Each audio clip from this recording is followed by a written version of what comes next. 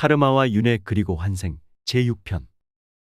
카르마의 해소 방법 세 번째, 성장과 배움. 우리가 확신할 수 있는 한 가지는 한번 해결한 문제는 다시는 만날 일이 없다는 사실입니다. 해결책을 알게 되었으니 문제라 불릴 수 없습니다. 같은 상황이 또 찾아올 수는 있지만 대처하는 방법을 알기 때문에 이제는 문제가 아닙니다.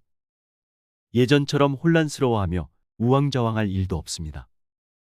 어떤 문제든 적절하게, 올바르게, 완전하게 해결하고 나면 그 문제로부터 영원히 자유로워집니다.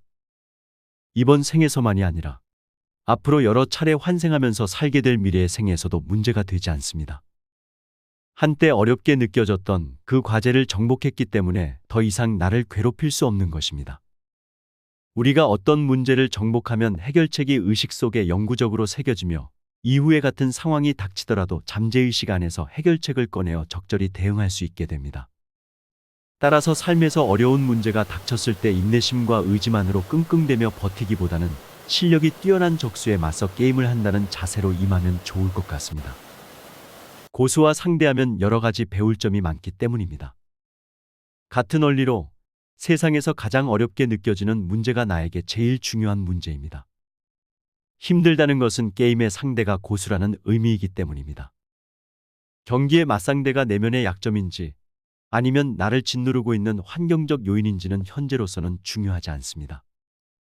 나의 적수가 될 만한 상대인지 문제 해결을 위해 나에게 있는지도 몰랐던 내면의 힘과 잠재력을 밖으로 끄집어내도록 유도하며 나를 시험하고 진을 빼놓을 수 있는 상대인지가 중요합니다. 모든 문제에 대한 해답은 성장에 있습니다.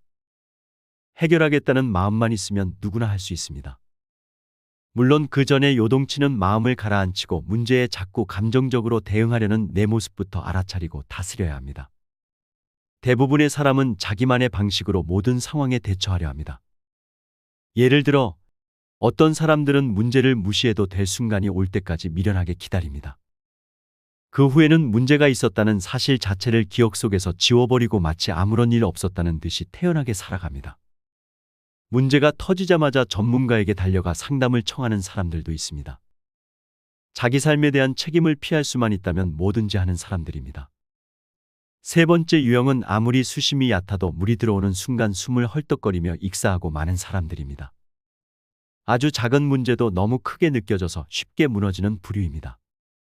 겁먹지 않은 척하며 허세를 부리는 사람들도 있습니다. 목소리 큰 놈이 이긴다는 생각을 삶의 신조로 받드는 이들은 문제가 생기면 호전적으로 돌변합니다.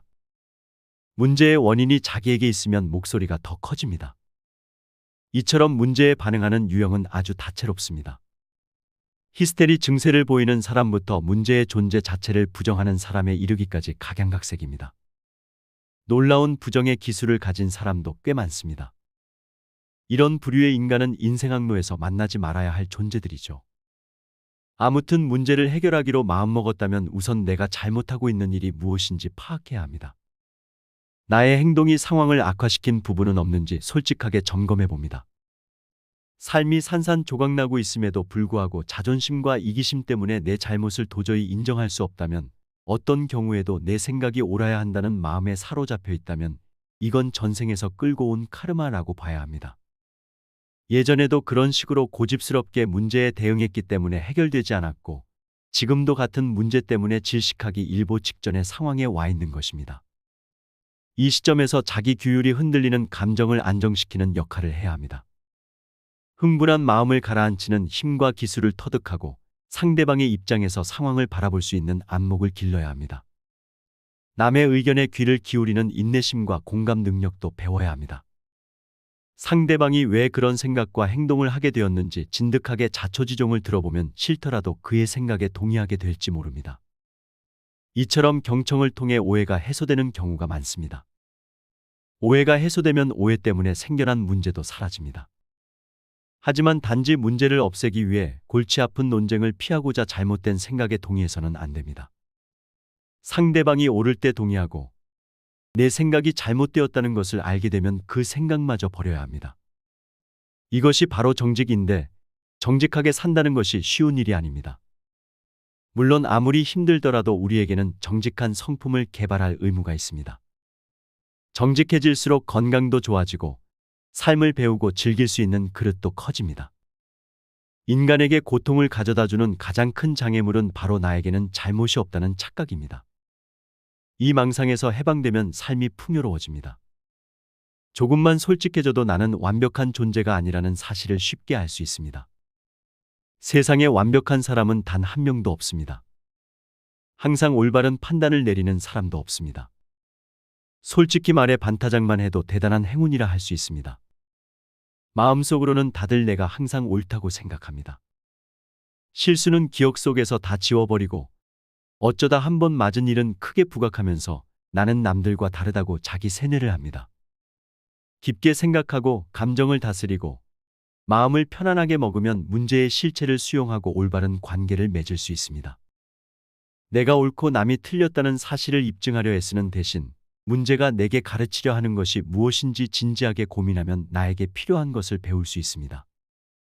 결국 카르마를 해소하는 것은 각자 의식의 성장 수준에 맞게 삶을 재정비함으로써 인격을 함양하고 동시에 내면의 자산과 통찰을 강화함으로써 건강까지 지킨다는 뜻입니다. 카르마는 건강 분야에도 분명히 영향을 줍니다. 인간을 심리적으로 분열시키는 요인은 육신까지 파괴합니다. 오늘은 여기서 이만 줄일까 합니다. 평온하고 행복한 하루를 보내시길 바랍니다. 감사합니다.